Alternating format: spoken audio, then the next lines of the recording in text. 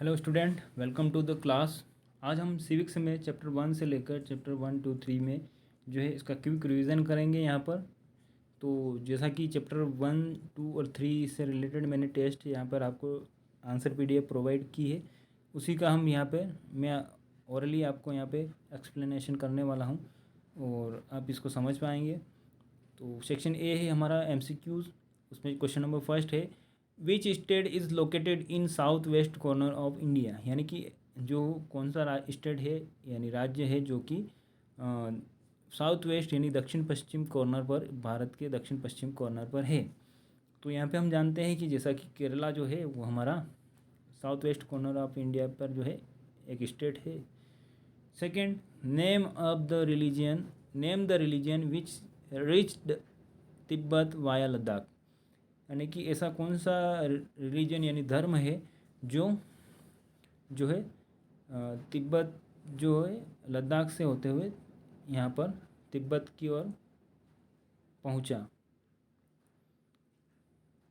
तो यहाँ पे हम देखते हैं कि जो हमारा बुद्धिज़्म है यानी कि बौद्ध धर्म जो है वो जो है लद्दाख से होते हुए तिब्बत में गया, यानी कि वहाँ उसका प्रचार प्रसार हुआ और लोगों ने उस धर्म को जाना।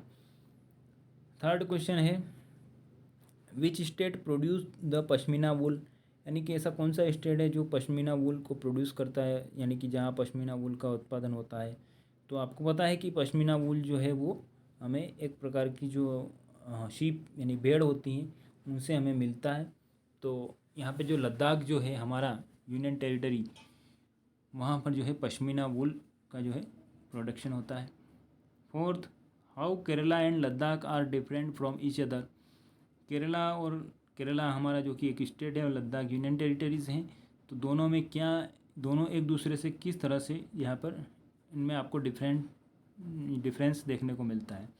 तो ऑप्शन है जियोग्राफिकल फीचर्स, टेक्नोलॉजिकल फीचर। तो यहाँ पे जियोग्राफिकल फीचर यानी कि जो वहाँ की भौगोलिक स्थिति जो है या जो संरचना जो है वहाँ पर, जैसे कि वहाँ पे माउंटेन्स है, काफ़ी ऊंचे ऊंचे पहाड़ है।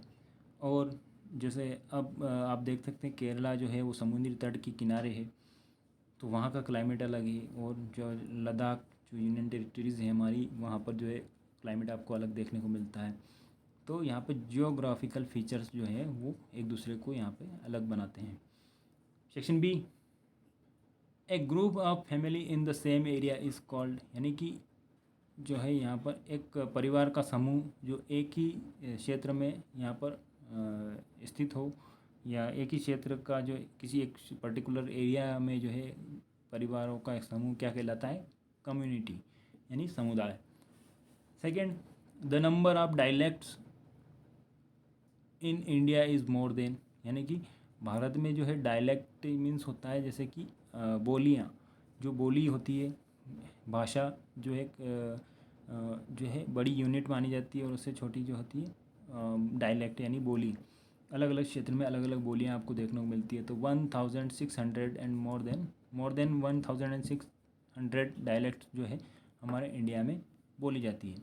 लद्दाख क्या है, एक यूनियन टेरिटरी है, केंद्र शासित समूह है, जहाँ पर डायरेक्टली जो है दिल्ली से जो है सेंट्रल गवर्नमेंट जो है यहाँ पर शासन करती है। Fourth, the caste system is form of. यानी कास्ट सिस्टम से जो है क्या यहाँ पे बनता है, आपको क्या देखने को मिलता है। तो कास्ट सिस्टम यानी जाति व्यवस्था से जो है आपको इनइक्वलिटी यानी कि असमानता देखने को मिलती है। सेक्शन सी, ट्रू फॉल्स है हमारे यहाँ पर। समीर दोस्त जो है, समीर नंबर 2 जो है, फैमिली लिव्ड इन मेरठ। यानी समीर जो न्यूज़पेपर बांटता है, और जो एक लड़का जो समीर 1 जो है वो बाइसिकल से जो है डेली स्कूल जाता है। तो यहाँ पे समीर दोस्त की फैमिली जो है कहाँ रहती है, तो वह मेरठ में रहती है। तो बिल्कुल सही, जैसा कि समीर 2 ने अपने यहाँ पर बताया था कि उसकी फैमिली मेरठ में रहती है और वो पहले अपनी माँ के साथ रहता था, लेकिन अब वो यहाँ पर जो है अकेला रहता है और अपना काम करता है। इस तरह से ट्रू सेंटेंस होगा first number. Second, casting the vote for electing government is an example of inequality. यानी कि यहाँ पर जो है casting the vote for electing government is example of inequality. यानी कि वोट देना, यानी कि जैसे कि सभी 18 ईयर्स कंप्लीट होने के बाद, चाहे जेंट्स हो या लेडीज़, सभी को जो है वोट देने का जो अधिकार जो है, राइट टू वोट जो मिला हुआ है, वो इनइक्वलिटी यानी असमानता का जो है आपको एक एग्जाम्पल उदाहरण देखने को मिलता है।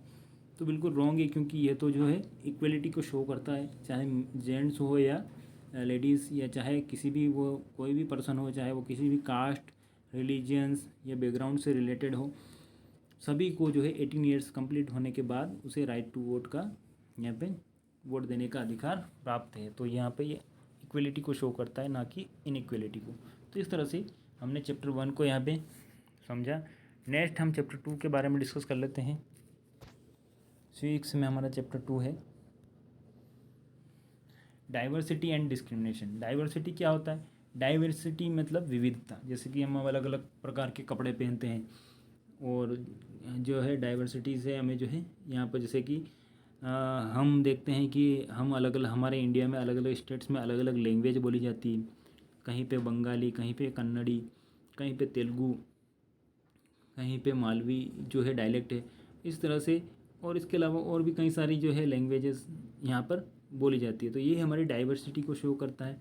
लेकिन डिस्क्रिमिनेशन यानी कि भेदभाव की भावना, जैसे कि आप देखते हैं कि कास्ट सिस्टम जो है, जाति व्यवस्था जो है, वो हमें जो है यहाँ पर जो है एक दूसरे से बांटने का काम करती है। तो इसी से रिलेटेड कुछ एमसीक्यूज हम यहाँ डिस्कस कर लेते हैं। फर्स्ट है, what is it that can unite all Indians, यानी कि यहाँ पे इन दोनों ऑप्शन में से ऐसा क्या है जो हमारे सारे इंडियन, सभी भारतीयों को यूनाइट यानी एक करके रखता है, यानी कि एकता का भाव हमें देखने को मिलता है। तो यहाँ पे इक्वलिटी यानी समानता अगर जो होगी तो सभी हम जो है यूनाइट यानी कि हमें यूनिटी देखने को मिलेगी, और डिस्क्रिमिनेशन यानी भेदभाव। तो इक्वलिटी जो है यहाँ पे फर्स्ट ऑप्शन क्वेश्चन में ए ऑप्शन हमारा क्लियर होगा, यहाँ पे राइट होगा। Second, who is known as the leader of Dalit, यानी कि जो दलित यानी कि जो दलित उनके लिए कहा गया है जो पिछड़े वर्ग के लोग हैं, और जिन्हें जो है सोशली और इकोनॉमिकली जो है पूरी तरह से वे जो है पिछड़े हुए लोग थे, तो उनके लिए दलित वर्ड यूज़ किया गया है यहाँ पर। तो उनका मसीहा के नाम से या उनके नेता, लीडर्स ऑफ दलित यानी दलितों के नेता के नाम से किसे जाना गया है? तो यहाँ पर डॉक्टर भीमराव अंबेडकर जो हैं वो लीडर ऑफ दलित के नाम से जाने गए। थर्ड क्वेश्चन है, number of people living in India more than, यानी कि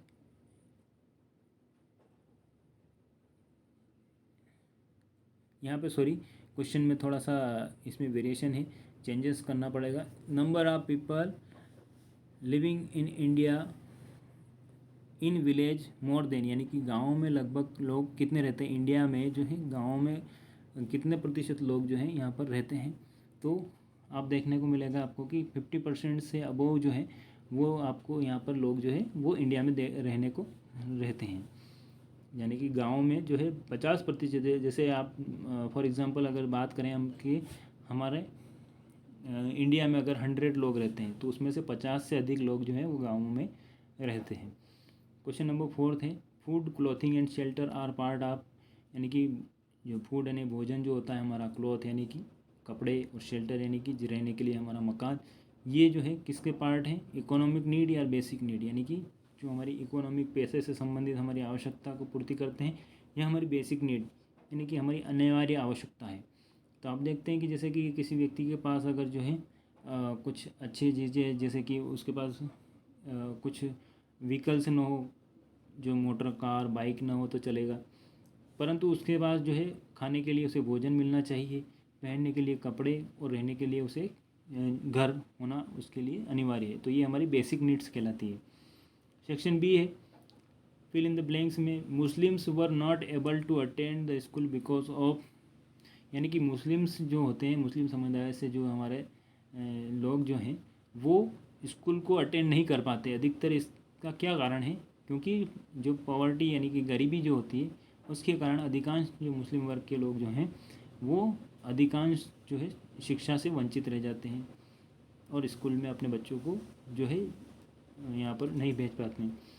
the number of religions in India is, यानी कि भारत में जो है धर्म कितने हैं? तो यहाँ पर number of religions in India is 8, लगभग 8 प्रकार के धर्म जो है रिलीजन्स यहाँ पे, इसके फॉलोवर्स हमें यहाँ पे जो है अनुयायी हमें देखने को मिलते हैं।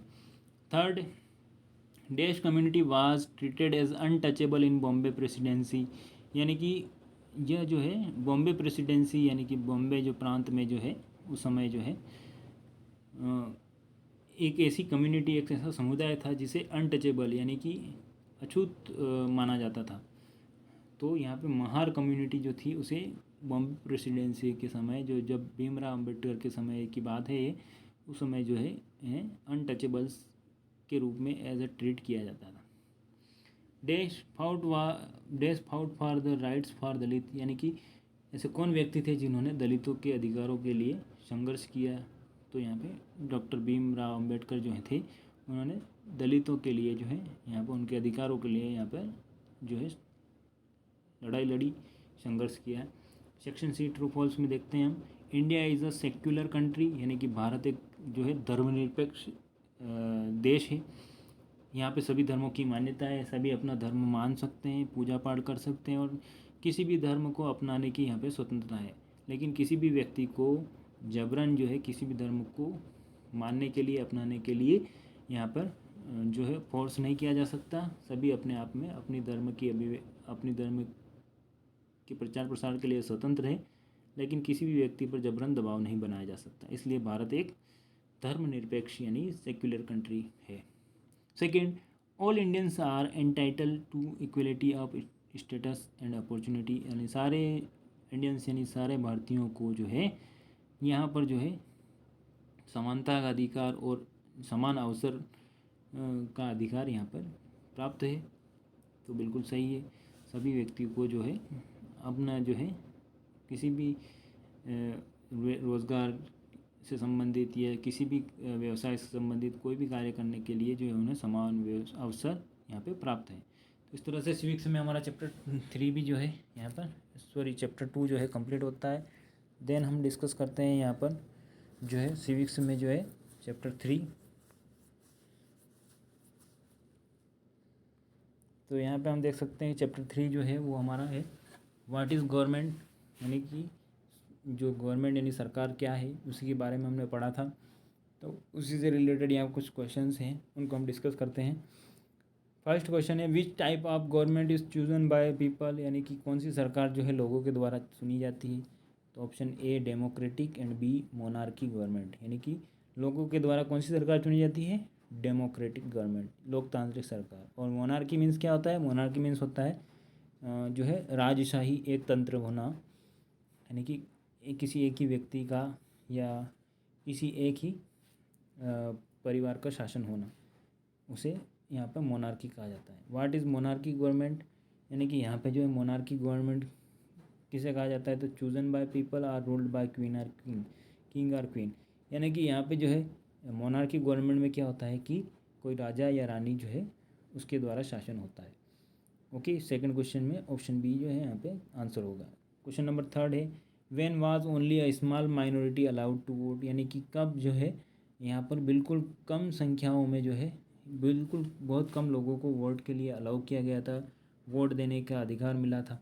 तो कब ये स्थिति थी, यानी कि बिफोर इंडिपेंडेंस, यानी जब हमारा देश आज़ाद हुआ था उससे पहले जो है केवल रिच पर्सन, धनी लोगों को, एजुकेटेड पर्सन जो शिक्षित लोग होते थे उन्हीं लोगों को जो है यहाँ पर वोट देने का अधिकार था। लेकिन हमारा जो देश आज़ाद हुआ उसके बाद जो है हमारे कुछ लीडर्स हुए, महात्मा गांधी, पंडित जवाहरलाल नेहरू और ऐसे कई सारे लीडर्स हुए जिन्होंने सभी नागरिकों को यहाँ पर जो है इक्वल राइट टू वोट यहाँ पे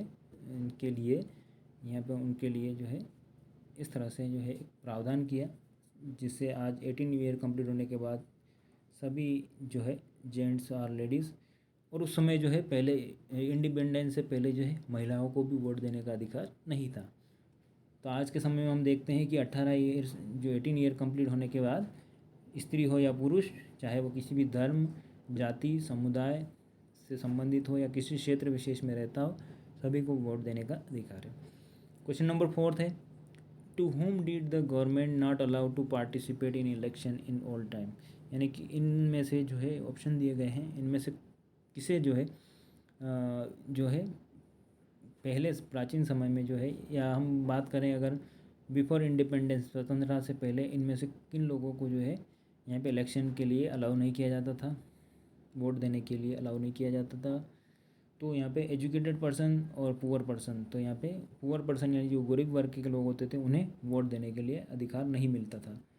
section B fill in the blanks हैं यहाँ पे। इज फर्स्ट है हमारा sentence, dash is an important part of the government, यानी कि यहाँ पर जो है ऐसा कौन सा भाग है जो कि गवर्नमेंट का एक इम्पोर्टेंट पार्ट है। तो पार्लियामेंट यानी कि हमारी संसद जो होती है, जिसमें राज्यसभा, लोकसभा और हमारा प्रेसिडेंट यानी जो राष्ट्रपति जो होते हैं, ये सभी लोकसभा और जो लोअर हाउस होता है हमारा अपर हाउस राज्यसभा और प्रेसिडेंट यानी राष्ट्रपति जो होते हैं, ये सभी मिलकर जो है पार्लियामेंट संसद बनती है और ये हमारी सरकार का एक प्रमुख भाग है।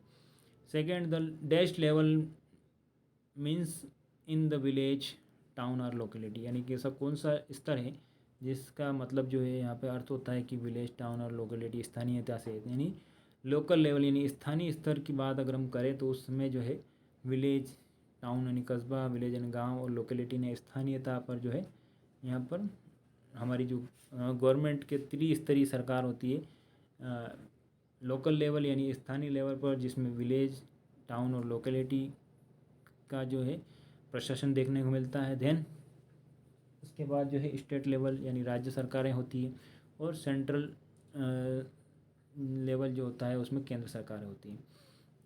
Third, dash government is chosen by people, यानी कि कौन सी गवर्नमेंट जो है वो लोगों के द्वारा चूज़ की जाती है। तो यहाँ पे हमारा आंसर होगा डेमोक्रेटिक। फोर्थ है American women got the right to vote in, यानी कि अमेरिका की जो महिलाएं हैं उन्हें किस समय जो है वोट देने का अधिकार मिला। तो 1920 में जो है अमेरिकन महिलाओं को जो है वोट देने का अधिकार दिया गया। सेक्शन सी में ट्रू और फॉल्स में हम डिस्कस कर लेते हैं। यहाँ पर जो है सेक्शन सी में फर्स्ट सेंटेंस है, kings and queen get their power from the people they rule, यानी किंग्स और क्वीन जो है उन्हें जो है kings and queen get their power from people they rule, यानी कि राजा और रानी जो होते हैं उनको जो है प्राचीन समय में जो राजा और रानी जो हुआ करते थे उनको जो है जो शक्ति मिलती थी वो लोगों के द्वारा प्रदान की जाती थी। तो ये बिल्कुल फॉल्स है क्योंकि उन्हीं का मत होता था, उन्हीं के अनुसार शासन होता था, लोगों की इसमें कोई पार्टिसिपेशन या भागीदारी नहीं होती थी। सेकंड क्वेश्चन है, it was Gandhi ji who demanded that all adult have to right the vote, यानी गांधी जी उस समय यानी कि जब लोगों को वोट देने का समान अधिकार दिलाने में गांधी जी एक ऐसे व्यक्ति थे जिन्होंने इसकी मांग की। तो ये हमारा सेंटेंस क्या होगा, ट्रू होगा। तो इस तरह से हमने यहाँ पे सिविक्स में चैप्टर 1, 2, 3 के बारे में डिस्कशन किया। अब आप देख सकते हैं कि यहाँ पे जो है हमने जो है हिस्ट्री, ज्योग्राफी और सिविक्स से रिलेटेड सारी चीज़ें डिस्कस कर ली। तो इस वीडियो में हम इतना ही डिस्कस करेंगे। ओके, यहाँ पर जो है हम इतना ही डिस्कस करने वाले हैं।